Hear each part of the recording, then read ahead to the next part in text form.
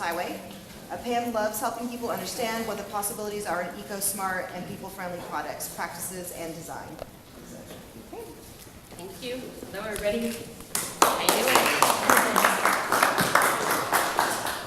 Well, I so appreciate what Chris has had to say and everybody else, because the stuff that I'm talking about is the pretty stuff. The stuff from the walls inside, from the drywall in, is the way I describe the products that I work with as a designer and also as the owner of Laguna Green. You know the expression about lipstick on a pig. If the rest of the house is leaky and has, we're using horrible cleaners and the indoor air quality is a mess, and then we put in a really beautiful recycled glass countertop, it may have been great that we didn't use a slab of granite instead, but it's not going to change really the condition of our house much. So we really need to think about what I'm going to be talking about in the context of that whole, of the whole house and the larger house, and sort of keep that in mind as we talk about this. So it's a complete package when we're thinking about it. So there we go. So just a little bit about Laguna Green. As Elise mentioned, we're the first exclusively green kitchen and bath showroom in Southern California. And what I really wanted to do is, no one had really created a showroom where people could actually see the installations of these products. And I wanted, I'm the kind of person, I need to touch and feel something, I need to stand in the shower, I need to sit on a toilet, I have to figure out if I want to buy that thing by touching and feeling it and looking at it and seeing it installed and imagining what it's going to be like in my home. And so that's what we did at Laguna Green. We really wanted to make a showroom space so people could imagine this in their own homes and really see how gorgeous green can be. So one of the things I use in the showroom is a leaf rating, and the reason I want to use that really for the structure for what I'm going to be presenting tonight. Whether you're a green store or whether you're a homeowner and you're trying to make decisions about green products and green structures, there needs to be some criteria by which you evaluate what you're going to do in your home. And so for me, this idea of LEAF really helps to sort of structure that when I look at what products I carry, and then also work with homeowners on what products you put in your home.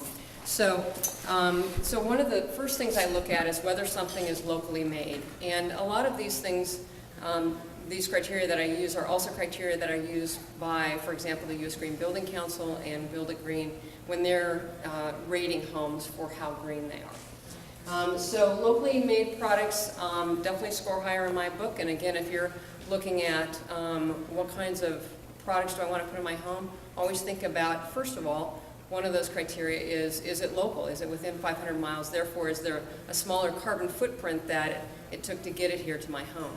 The second thing is, does it conserve energy or water? Chris talked a lot about this. We'll be going through each one of these in more detail, but so another sort of criteria by which to evaluate, am I going to put this in my home? When I make a decision about the new refrigerator I'm putting in my kitchen remodel, is it an Energy Star rated? And if it's Energy Star rated, at what level of Energy Star rating is it?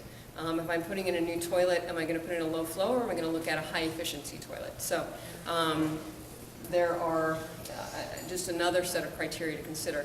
The other that we've talked a lot about tonight so far is indoor air quality. As Chris mentioned, the interior of our homes is most of the time has less quality air than outside of our homes. Cleaners, carpets, our beds, the paint we use on our walls, the wood in the flooring, the wood in our cabinets, all of that contribute to an indoor air quality that can be detrimental to us, especially those of you who are particularly sensitive to these kinds of things. So we'll talk more about that.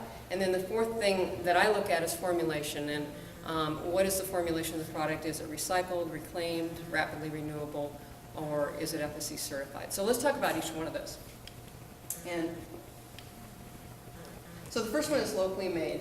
And I just want to give you some ideas of the kinds of things that for us here in Laguna, what would be considered locally made. So for example, we have Laguna bamboo here in town, locally made cabinetry. The bamboo comes from China, okay? But the cabinets are made locally, so we're not buying cabinets that were made in Minnesota and then shipped out here. We have Vitrazo, which is a countertop material, by the way. I have a lot of these up here. But Vitrazo is made in San Francisco, so it's less than 500 miles away, and a nice countertop option that gets us something that's also made locally. Safecoat's paint are made right in Santa Fe Springs. It is a no VOC, non-toxic paint, and again, made locally for us. All right, let's look at energy and water conservation. Chris mentioned low-flow shower heads. Does anybody know what the average shower head, how much water it sprays out per minute?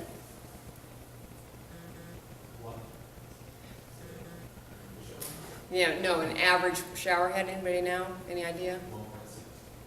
5 gallons a minute. Well, the average is about 2.5 gallons per minute. Okay. So the way that the water flow is measured is how many gallons per minute it goes out. So how many people take a 10-minute shower? Okay.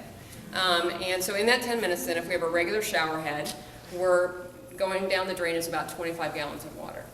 So if we put in a low flow shower head, most of these are going to run around 1.5 gallons per minute. So again, 10-minute shower, 15 gallons, less than that. So then the next thing we want to work on is the 5-minute shower to kind of reduce that down even further. And to your orchard. What's that? If you link it to your orchard, then it's...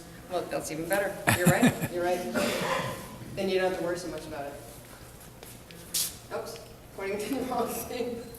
That reminds me of the person who's pointed their mouse at their computer to try to get it. There you go. Okay, Energy Star appliances. Again, a way to conserve, I'm doing it again, energy. This is a great toilet by Chroma. If you have a small powder room, it actually is a high efficiency toilet. So anybody know what a low flow toilet, what qualifies something to be a low flow toilet in terms of how many gallons it flushes? 1.6 gallons is a low flow toilet. But we've gone beyond the low flow toilet. Now we have high efficiency toilets, HET. And there's a whole list of them. American Standard makes them, Toto makes them, Chroma makes them. And these will flush more like 1.2 gallons per flush. Then if you get a dual flush toilet, you can go with you can go a half a flush or a full flush. So you can get down to as much as 0.8 of a gallon per flush. So lots of possibilities. What's great about this particular toilet is that they've innovated it so that you wash your hands in the top of it that captures the water that then is used to flush the toilet. So,